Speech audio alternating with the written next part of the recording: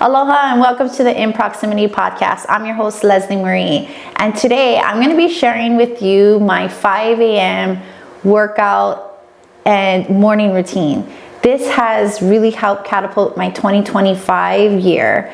And if you follow me on Instagram and you look at my stories, I always am doing a workout 5 in the morning. And I feel like there's these small little habits that I've created over the past year that really catapulted my success. And I'm super excited to share those habits with you today. So giving you a little bit of the backstory behind why I created this morning routine was in the last couple years, me and my husband went through probably the hardest financial hardship we've ever had to go through. I mean, we were just strictly surviving.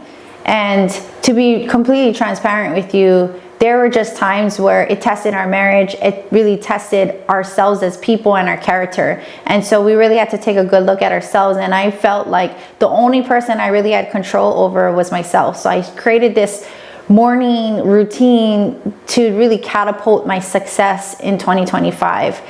In 2020, we all went through COVID and I had to close up my gym, and my husband had soon was let go by his job. And so we were just like really struggling. We were trying to hustle side jobs. We were trying to do what we had to do. I was training clients in my garage at the local track field, and then also doing fascia stretch therapy in an extra room that I had downstairs. Like, I was just trying to really make ends meet, keep the lights on. And with 4 kids, a big ass dog, and a fat ass mortgage, I really had to make adjustments in the way that I moved and the person I was becoming.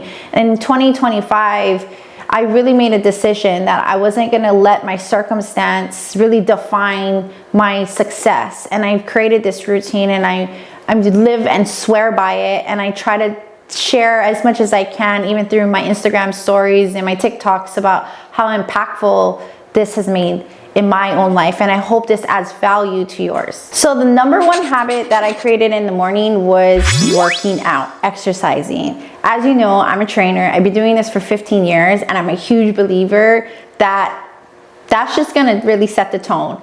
And for everyone that's new to exercising routine, you're like, man, I can barely get up at 5 in the morning, and you want me to go hardcore and work out. And I will tell you this, everyone's starting point is different, right? Like, some of us will start with a 10-minute walk. Some of us are just like pumping a deadlift, at 5 in the morning.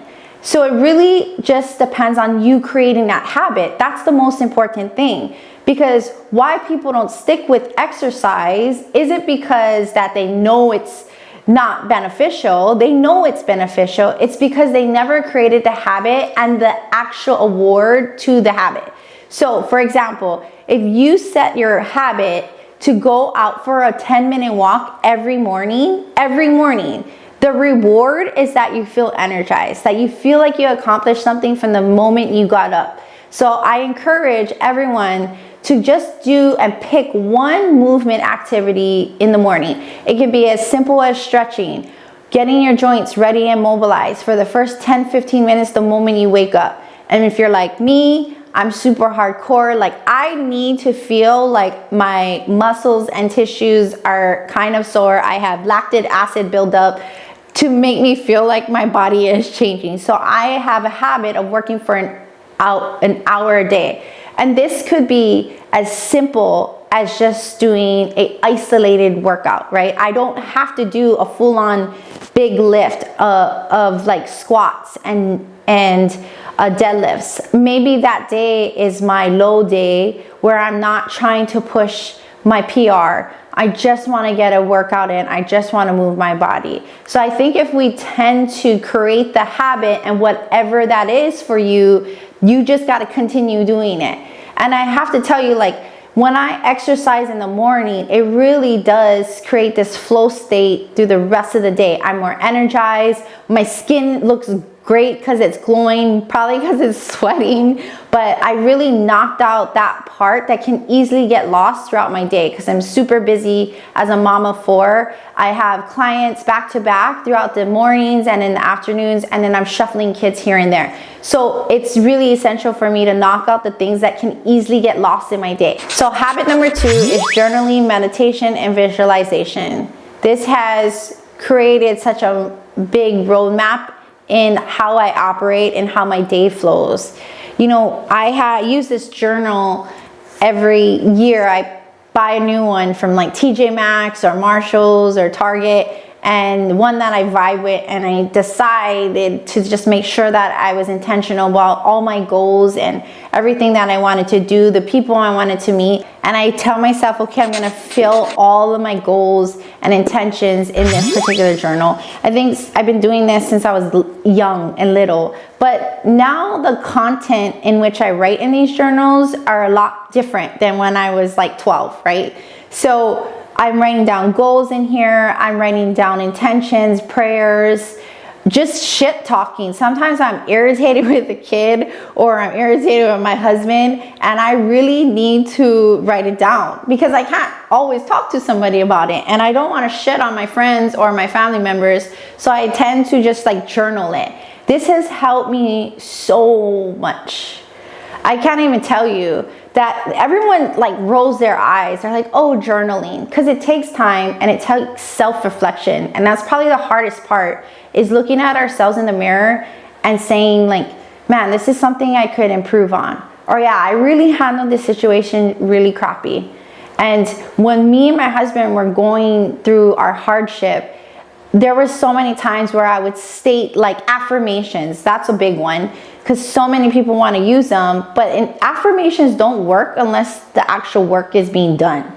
So I would say like, I want to be financially free, right? But I never wrote out a plan. And I think those are the huge steps. Like when you talk about business, you have a business idea and you want to achieve that goal, you have to have a plan. And it doesn't mean that the plan will go exactly the way that you've written it, but you also have to have like pillars and a starting point to be able to get through it. And then you can also reflect back later if you did hit your targets or if you didn't, if you needed to adjust and pivot. And I think that's a really great way to really take yourself into accountability and then create purpose in everything you're doing. So literally after I work out, I'm still sweaty. I grab my cup of coffee. Yes, I love coffee. I do it like 1 cup a day, and I sip on it and I'm sitting down in my chair and I'm journaling 15 to 20 minutes. Sometimes I'm just scribbling. Sometimes I don't even know what to write. Like, thank you, Lord, for today. That's it. But again, I'm creating the habit, and that's the goal, people. I think a lot of times we think of the huge transformations, right? But those transformations and big wins don't happen unless the small victories are won every day. It's those daily deposits that we put into ourselves every single day. And me just going to that same chair, same spot, opening that same journal, grabbing my pen and sitting down and writing out the things or visualizing the things that I would like to achieve. So, and also my frustrations and my failures, because that's just shit happens. And so I would literally write down everything. When me and my husband was going through our hardship, you know, I would have like these affirmations of, I want to become financially free, right? I would set these affirmations, but I had no plan. And what you have to realize is that when you set these affirmations and you say these things, a big part of it is the doing of it. And so, but in order for you to do, you need a roadmap, you need a plan. And so I made it a point to write down my plan and my roadmap, because this was like a way for me to reflect on areas that I could have improved on, maybe ways I needed to pivot, or other ways that were actually working for us. And so I feel like we tend to look at the big picture and the big goal that we want to tackle, but we forget about the little wins that are made every single day. And it's during this morning routine that I really was able to catapult like everything that I really was writing in here, because I was able to reflect back on it. I was able to voice it on my paper and say, like, this is where I'm at today. This is where I need to pivot. And these are like huge wins for you every day. You know, your win could be something as simple as, I'm going to become the person that when I walk into the room, I'm happy. I'm not a Debbie Downer. Because changing our energy is such a huge way of being able to attract success. We oftentimes think of like exercise, right? Because we want to look good, or like we buy the nice car, the nice house, like we're looking at those really big tangible items. But I challenge you to actually ask yourself the questions like, who do you want to become? Who are the people that you want to surround yourself with?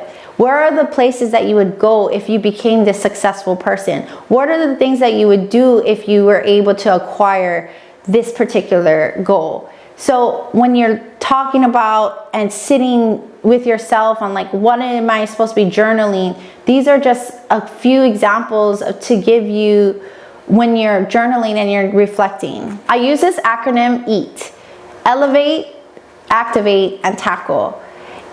I really believe in nutrition. Like, after I work out and I journal, I'm pretty much hungry, and I want to make sure that I elevate my nutrition, because I know that food is information and that I need to make sure that I'm good to go for the day. And I always tell everyone I work with, if you are eating real food, the insects and the ants will eat it. If you're eating processed foods, they won't eat it. And if you ever ate processed foods in the morning and you feel lethargic or you just feel really fatigued, it's probably because you didn't eat anything that was bioavailable, meaning that your body recognizes it, right? Our body for many centuries recognized real food like meat and berries, like things that grow from the earth or grow on the earth and eat things from the earth. So we should be eating whole foods.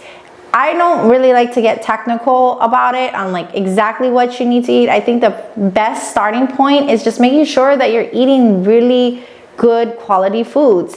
And everyone has their preference. Like, people want to eat a yogurt parfait, which is great. And then others, like my kids, we like to have steak in the morning with avocado, because that's what makes them feel good. And I have to tell you, I grew up like that, where I was eating leftovers and not cereals. So I have to give my parents props for instilling that habit in me.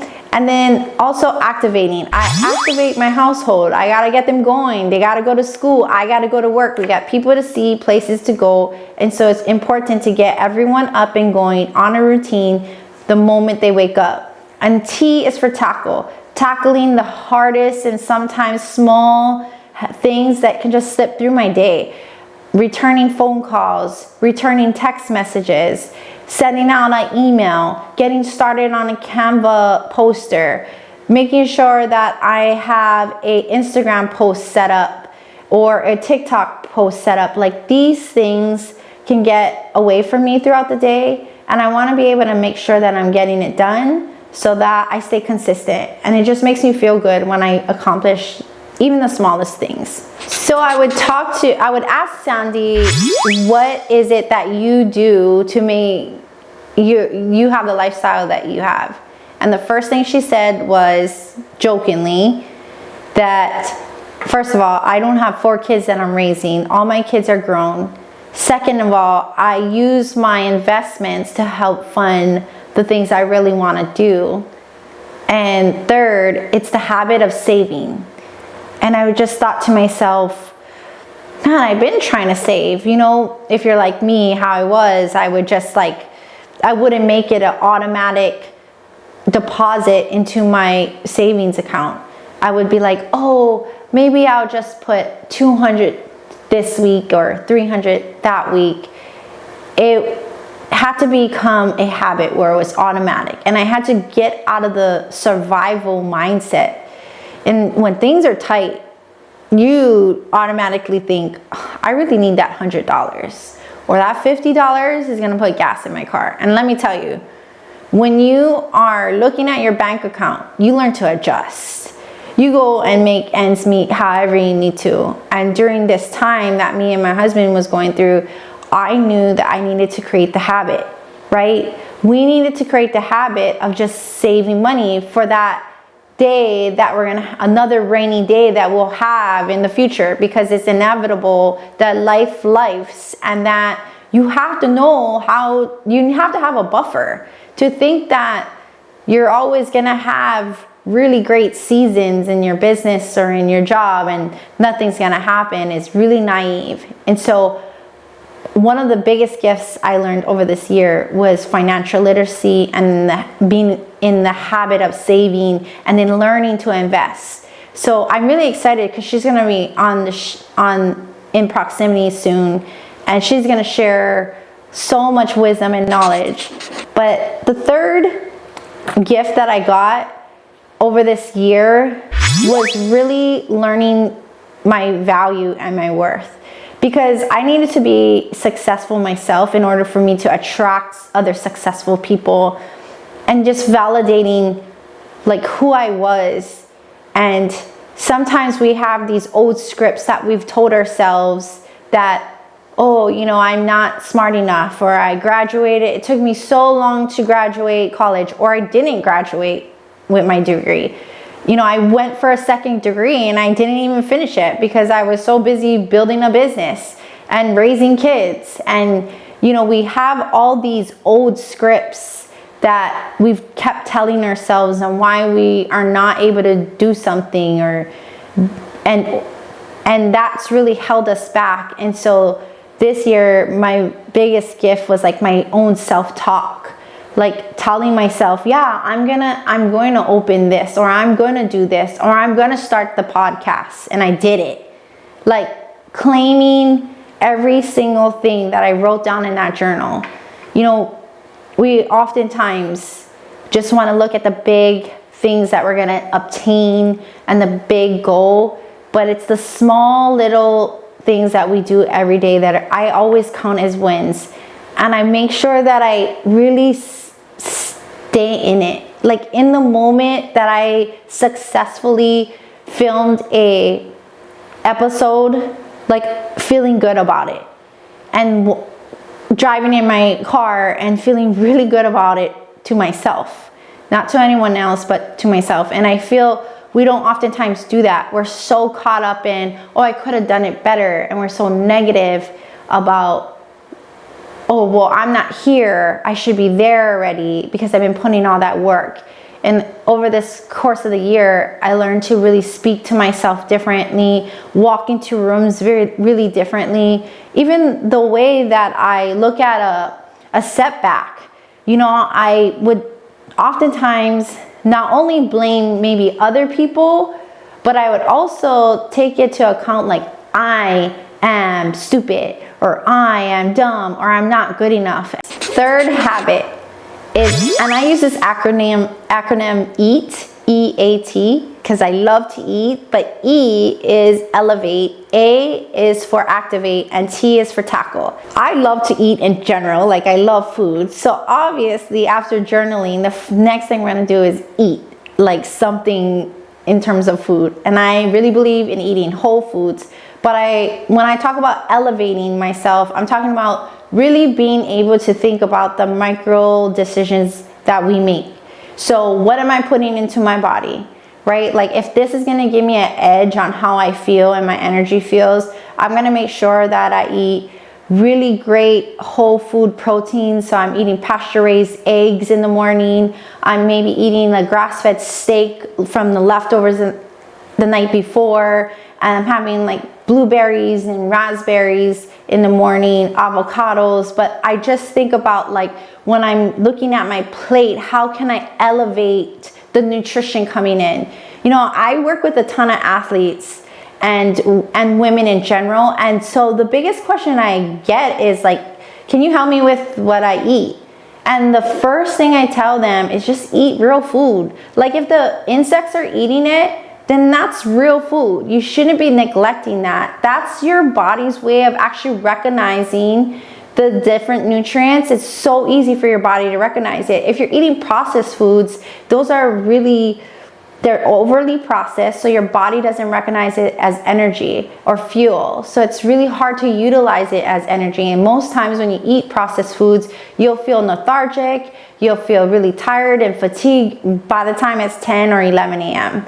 A lot of people don't even eat breakfast. You know, there's so many different fads out there where there's fasting and there's where you're just not eating until, 10 a.m. or they just not big breakfast eaters.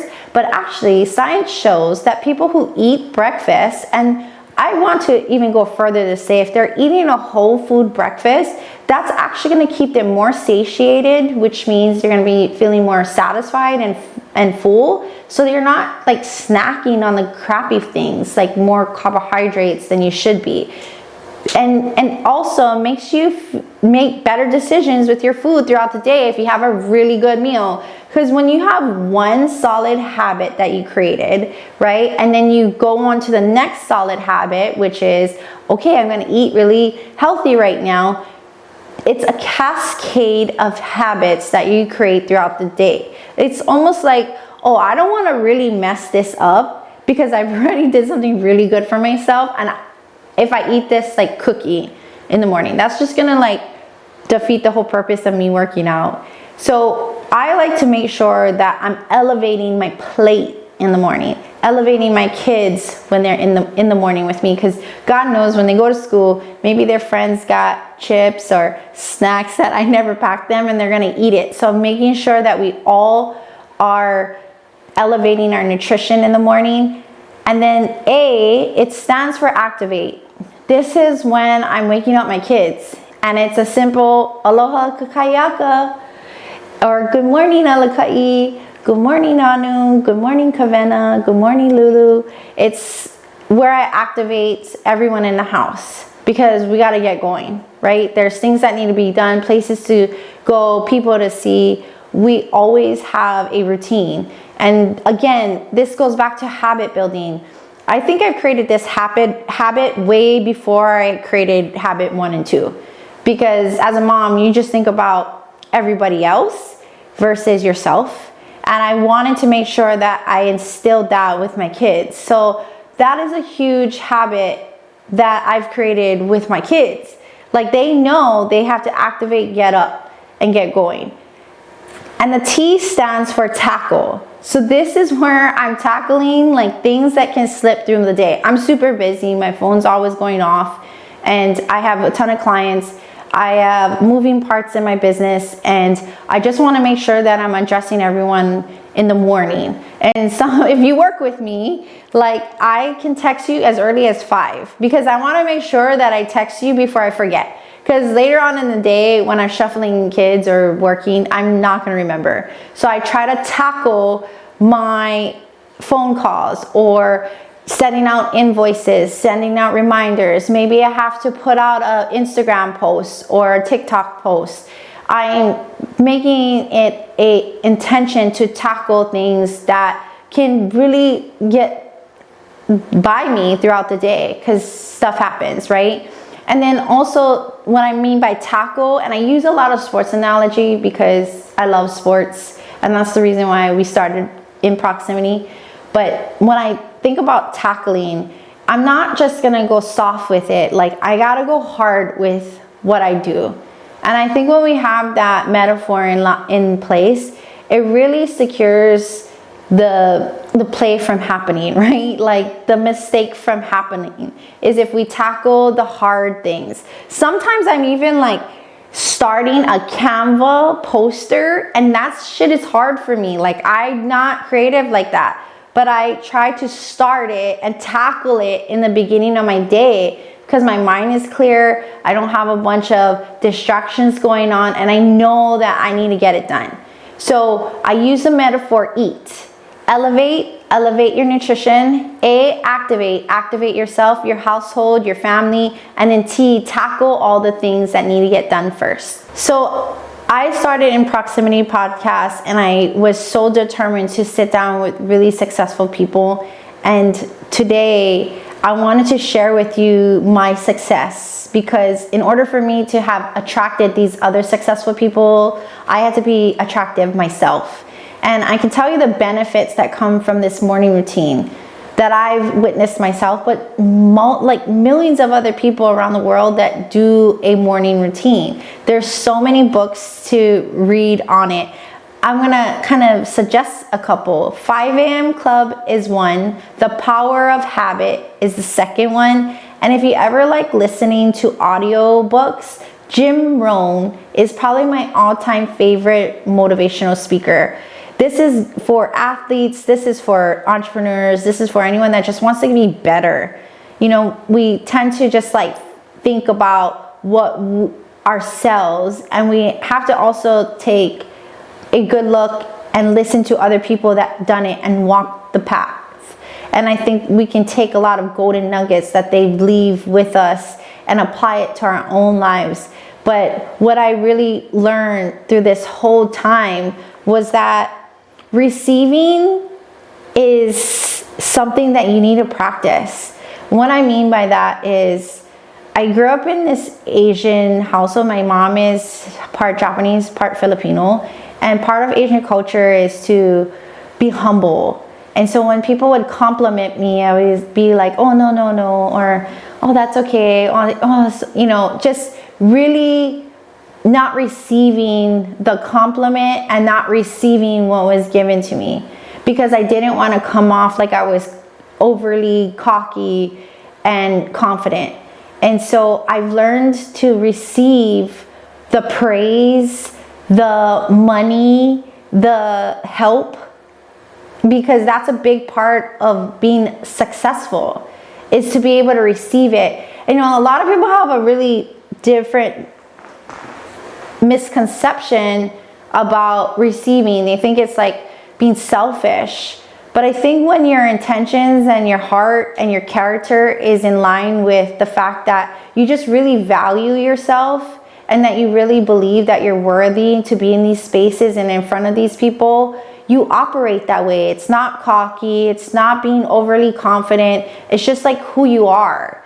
And I really honed in to receiving help, feedback, criticism, money, like all the things. But receiving it all is what I really got out of it. And then second thing I received was learning to fucking save. And I laugh because, you know, at 40 years old, everyone tells you that, but no one gives you a blueprint. And I have to share, and I'm super excited for her to be on my podcast soon. But she is my money mentor. She's also my Fashion Stretch client. She's been my client for the last 5 years now. And she would take these trips, like I don't know how many trips every year she'd take. And I finally asked her, I'm like, Sandy, how do you do it? Like, what do you do for you to be able to travel so much? And mind you, she's successful. She goes, first of all, I don't have 4 kids that I'm raising. Let me just put it that way. I'm in my mid-70s. I was like, okay. But she said something to me and she shared a little bit about her story. And I want to wait till she's on here to share that with you. But she told me that you just have to create the habit of saving. And it could be as simple as $50 a month. It's just a habit. And then the other thing she told me is you put it in a money market account. So over this past year, I've been so diligent on that. And I've been with a brokerage company for, I don't know, the last 6 years, but I wasn't consistent, right? Because shit hits the fan. We went through our financial struggle. We had to pull out of our retirement funds, pull out of our savings because of all these things. But what I learned over the year was that you need to know how to save, because life's and shit happens. Whether it's your car breaking down, you need new tires, or your kid needs braces or something. And it doesn't matter if you came for money or not. It does matter how you actually steward the money that you have. And that was a big lesson. And let me tell you something. I read this other great book by Lewis Howes, and he talks about money matters, about if money was a person and they walked into the room, what would it feel like and what would they look like? And I journaled that money looked scary. It was dark. It was like that person in the corner of the room just looking at me. And I didn't want to go over and talk with it. And I had to take so much time to self-reflect, because there were times where I wasn't even opening my bills. I was so scared of the bill. I knew I owed the bill. Like, I knew I owed money on this particular bill, and I didn't want to open it. Or I didn't want to take the action to set up my account. So here's the thing, is when you do this morning routine, it cascades and sets up other habits. But this is the return and the gifts that it gave me throughout 2025. You know, I'm not completely debt-free. And I share this in the moment that I'm still not as successful as I possibly could be. I'm like in it with all of you. And I think this is why I'm doing what I do, is because most times we look at the people who made it, right? We want to listen to the people who made it already. Like, I'm no Mel Robbins or I'm not Pivot, but in order for us to get to that point, there's all these small steps need to happen. And I share this all with you guys because if we make these small changes, it doesn't matter if we didn't come from a wealthy family or if we didn't have a silver spoon in our mouth. Like, it really comes down to our way of thinking, our habits that we've created. And the third gift that this year has brought me is like, I'm not afraid to tell the story. Like, we all have the story. We all have a story to tell. And I was so ashamed in so many ways to share my story. You know, I had my dad incarcerated, and I grew up with my single mom. I didn't have confidence in myself growing up. I was always a good athlete, but I was never great.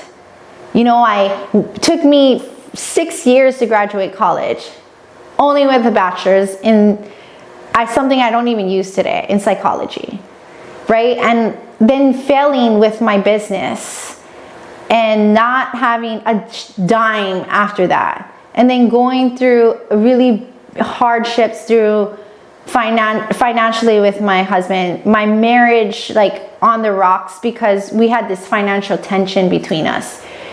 You know, all the things. We all have a story, but it's given me so much value and introspection. And I really believe, like, people always look at the success or all the things, but that shit doesn't get developed unless they've been through the trenches.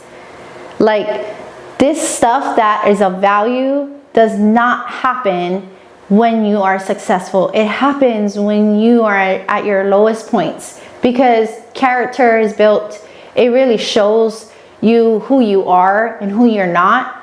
And then it also shows who's there for you, who's gonna show up for you, who's really on your team. You know, I have like more of a clear lens on if someone is in support of me or if they not.